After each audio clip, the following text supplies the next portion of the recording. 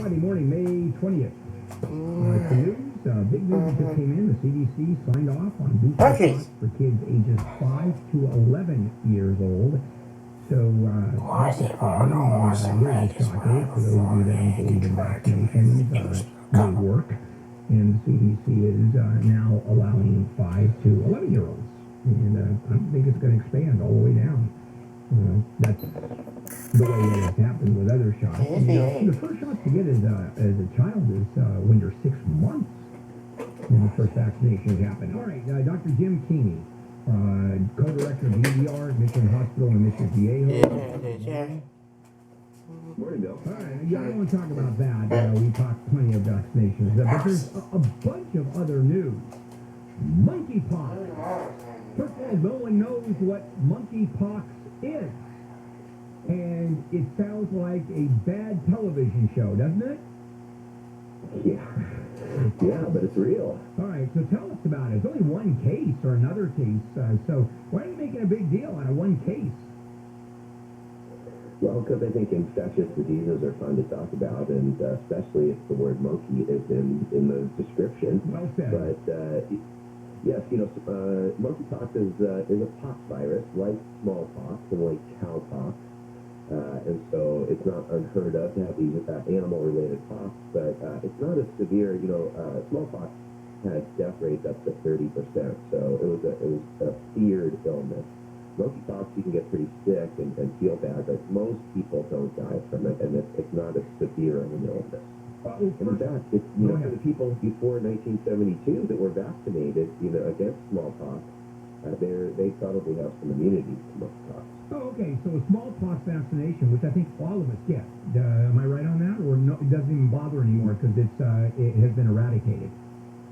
Yeah, since 1972, it has not been a standard vaccine for kids, so we don't use it anymore. Well, that's kind of good news. So that's gone. And we thought polio was gone, and of course that's come back. The bubonic plague, is that still around? It's still around. Yeah, you think about that, right? The plague is still here. But what are the symptoms of monkeypox?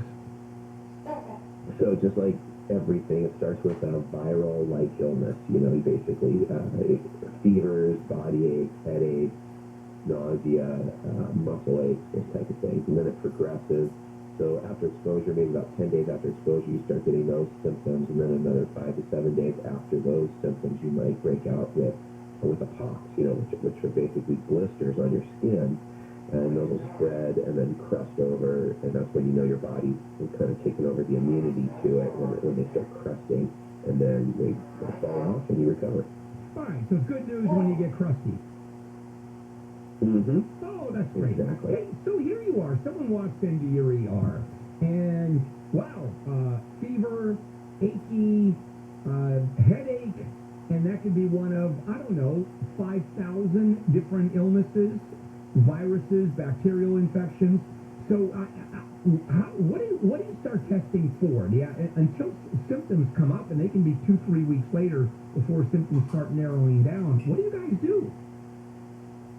Yeah, it's crazy to watch this transition, right? Because viral illnesses were something that, number one, 30 years ago, nobody came to the emergency room for. They would never do that. Unless they just didn't have a primary care doctor, and a lot of times we were the community's primary care doctor. And then we would just reassure people and send them home. Then we developed influenza treatment, so we now needed influenza testing, because now we needed to differentiate it for sure to know that we should give the treatment. So then we started testing people for influenza. Subsequent to that, we started getting treatment or diagnosis for RSV. There's still no treatment for that. There was. That's what they developed a test, but it didn't work that well. We don't use it anymore. And now with COVID, we have the ability to test for COVID. So at our hospital, we use this one test right now made by a company called Kfi Am that has 4 tests in it: influenza A, influenza B, RSV, and COVID, all in one test. And then that way we can look at it and see if there's a specific treatment we can use. That's the only reason we're testing for these viruses. Otherwise, the virus just runs its course, no test. We don't need to know what it is. Something like this would be very interesting, right? Because you don't want this to spread necessarily. It's hard for it to spread human to human. So we don't have a test that we can use for monkeypox. And so I would imagine even if you came in with the little pox on your face, you would mistake it for chicken pox first. Okay. Until, until something else happens. Or if if you've already had chicken pox and you have a really bad case, then people are going to start looking into this and say, well, why would somebody with previous chicken pox have a full-blown case of pox once again? So let me ask, is it rare enough, monkeypox, if someone walked into your ER and it really was monkeypox, you turn around and go, hey, Fred, come over here. You got to see this. No, you don't do that. Yeah. If we made the diagnosis of monkeypox, once this is out in the water, right, once they know, everybody who walks in with a rash, I'm going to tell the nurse, I think that might be monkeypox. I'll do that for the next month or so. That's great. So, yeah, it's exciting. But no, the chances we'll see monkeypox. All right, so great. Coming up, and I am going to talk about the booster shot for kids ages 5 to 11, what that means. Let's come right back. In the meantime, let's check in with Jennifer Jones-Lee live from the Kfi 24-hour newsroom. I'll be the headline on that story. COVID boosters for kids aged 5 to 11 could be available as of today. A CDC panel has granted emergency use authorization to Pfizer's COVID booster for that age group. Officials in Foster City in Northern California are going ahead with plans to kill hundreds of local geese. Following failed efforts to try and reduce the bird droppings in the area, authorities say the Canadian geese pose a health risk to residents and visitors.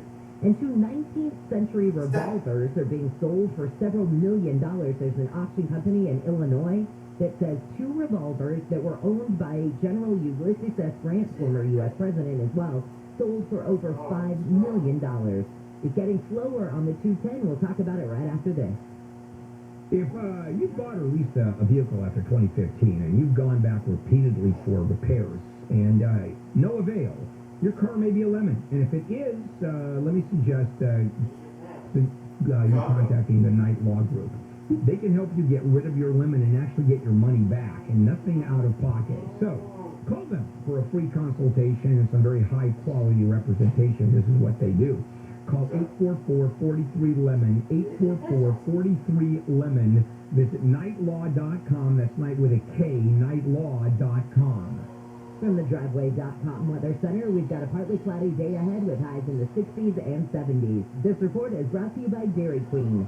From the Southern California Toyota Dealers Traffic Center, let's go places like the 210 where things are getting even slower. Boy, that's for sure. A little bit of drizzle out there, too. This might have been a factor here, but in Arcadia, the westbound 210, Michelinda on that. Have you ever used it? You know how tight it is. Sure enough, somebody spun out and got hurt, so the fire department was there. Partially blocked is the report we're getting. Now, the West 210 itself, I think everybody's taking a look. So from Citrus, through 605 out to about Rosemead, Michelinda, that general area is going to be kind of slow. Now, going the other direction, this is another ramp that I've been down myself. But East 210 to South 57, I'm sure you're familiar with it. But debris, and it's very hard to see, according to all the reports we're getting. After that, though, it's a pretty good job. If you stay on the 57, slow through Diamond Bar, but after that, not bad, all the way down to the 91. Not bad at all. KFI in the sky helps get you there faster. I'm Jeff Ball. DQ presents Picture This. You stand before the new signature stack burger menu at DQ. 5 cheeseburgers with 100% real seasoned beef, like the loaded A1 stack burger. And your mouth wonders, where have you been all my life? DQ. Happy tastes good. This report is sponsored by GiveMeTheVin.com. At GiveMeTheVin.com, it's all digital. We have a 45-second offer online. It's fast, it's easy, we have the best online reviews on the planet. Sell me your car. Sell us your car. GiveMeTheVin.com. So easy you can do it and you're underwear. As parents, we've done everything possible to protect our kids from COVID-19, from using hand sanitizers to masking up. But now we have the most important tool, vaccines. They help protect our children and the entire family. And it's okay to have questions. Ask your doctor about the COVID-19 vaccine for your child, or visit vaccinateall58.com to learn more and find a vaccine near you. Brought to you by the California Department of Public Health. Where can you find a super selection of new and pre-owned vehicles? At Norm Reed's Honda Superstore during our Norm Reed's Memorial Day event, where we make upgrading easy all month long. Get a fast and fair appraisal when you choose to trade or return any Honda lease to one of our 5 Honda lease return super centers. Shop our super selection of fuel-efficient used and certified pre-owned Hondas. If it's a new and customized Honda you're looking for, our friendly team will help you pre-order your Honda, including the incoming all-new 2023 Honda HR-V. Coming soon, so trade to upgrade today. Visit our super award-winning Norm Reed's Honda Superstore location in Huntington Beach, West Covina, the Irvine Auto Center, Vista, and the #1 Honda store in the world in the Cerritos Auto Square. Shop online at normreeds.com.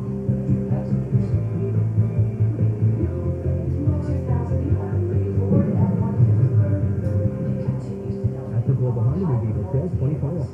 Your electric bill keeps going up. The cost of solar has gone way down. It's time to go solar with local veteran-owned Semper Solaris now and get all the benefits. Here's veteran, founder, and owner Kelly Shawhan. In the military, when you give your word, it just is your word. Work hard and keep your word. That's what we do every single day. I've heard about Semper Solaris and found out that they were veterans, so I knew they were going to do the job right. Add Tesla Powerwall and be ready for blackouts. We get the job done with esprit de corps and honor. Semper Solaris offers new heating and air conditioning systems with a lifetime warranty and new roofs with a 50-year warranty. We hire vets and give back to the community with our Semper Cares initiative. Go solar American style with Semper Solaris. 0 down, 0 interest, and 0 payments until 2023. Get the federal 26% solar and battery tax credit. Call 877-211-5591 or visit sempersolaris.com. 26% federal tax credit based on eligibility. On approved credit. Consult your tax advisor. Cannot be combined with any other offers. New customers only. Some restrictions apply. Call or see website for details. Expires 5/31/2022. CSW number 978-152. California has become a very scary place. Criminals have more rights than victims. Violent predators are let out of prison early. Police are under attack. And in LA, George Gascon rules as king. As district attorney, Gascon repeatedly put violent criminals' rights above our families.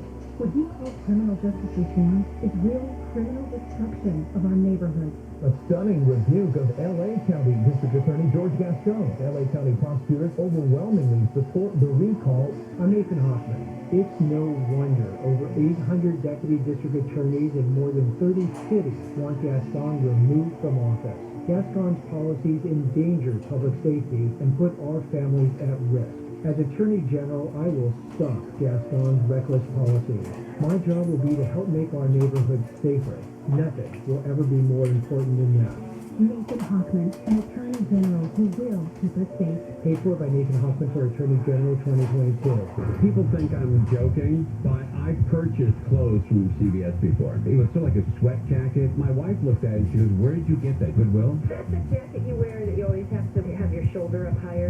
Raise my shoulder, yeah, the right shoulder. How'd you notice that? It's the Tim Conway Jr. Show. My wife measured the sleeves, and one sleeve was an inch longer than the other one. Weeknights at 6 on KFI.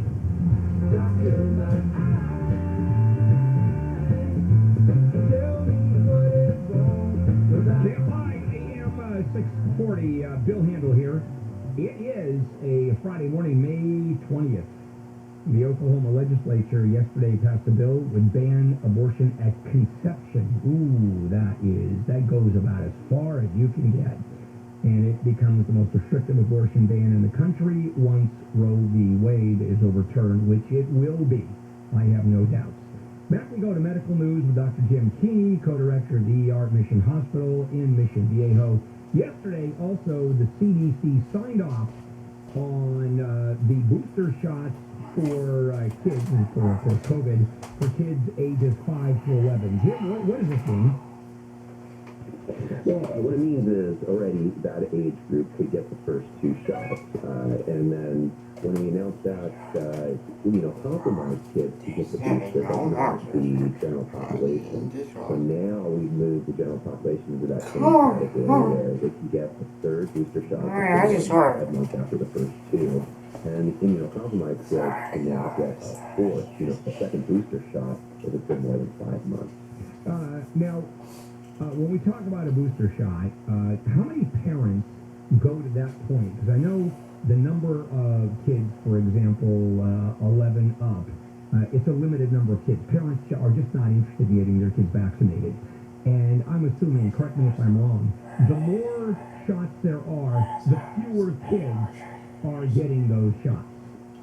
Am I right on that? Right. No, yeah, you're absolutely right. So, like for the 5 to 11 group, the number of kids who have gotten 1 shot is about 36%, and the number of kids that have gotten 2 shots is less than 30%. So it's going to drop off even further as far as the number of kids who get the booster.